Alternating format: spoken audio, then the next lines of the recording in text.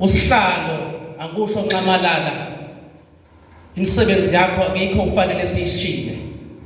Usihlalo kaKhongolose KwaZulu Natal uMEC wakwa-tourism KwaZulu Natal.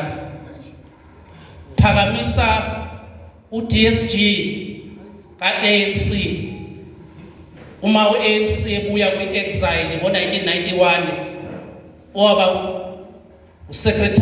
Deputy Secretary General we-ANC.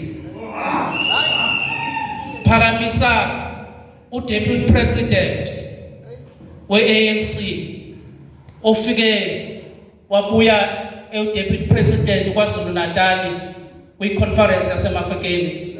Ngiphakamisa uPresident ka-ANC esabuya naye ePolokwane.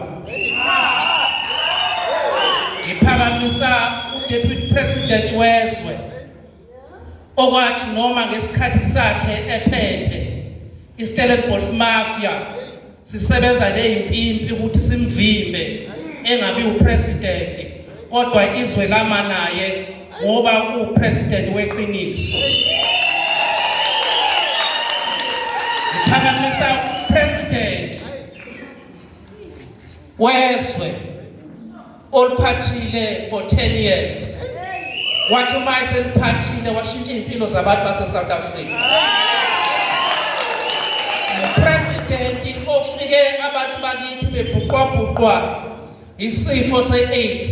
Bonke upresident abaphathe emva kwakhe abangazange besi-address. Upresident ofike i-life expectancy yabantu base-South Africa u-50 years.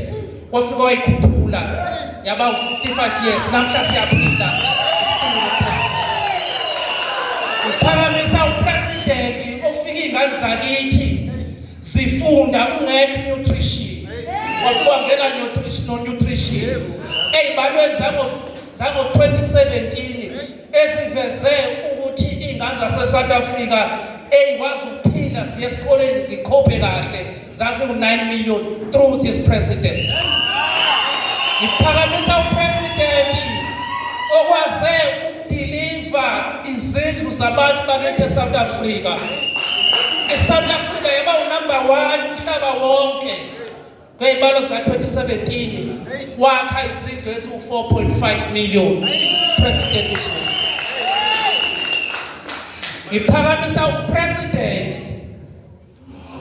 okwazile nokhumbulile ukuthi ngesikhathi somzabalazo amazwe ase-Asia, o-Russia, o-China ibona basisiza ukuthi sikwazi ukuzabalaza.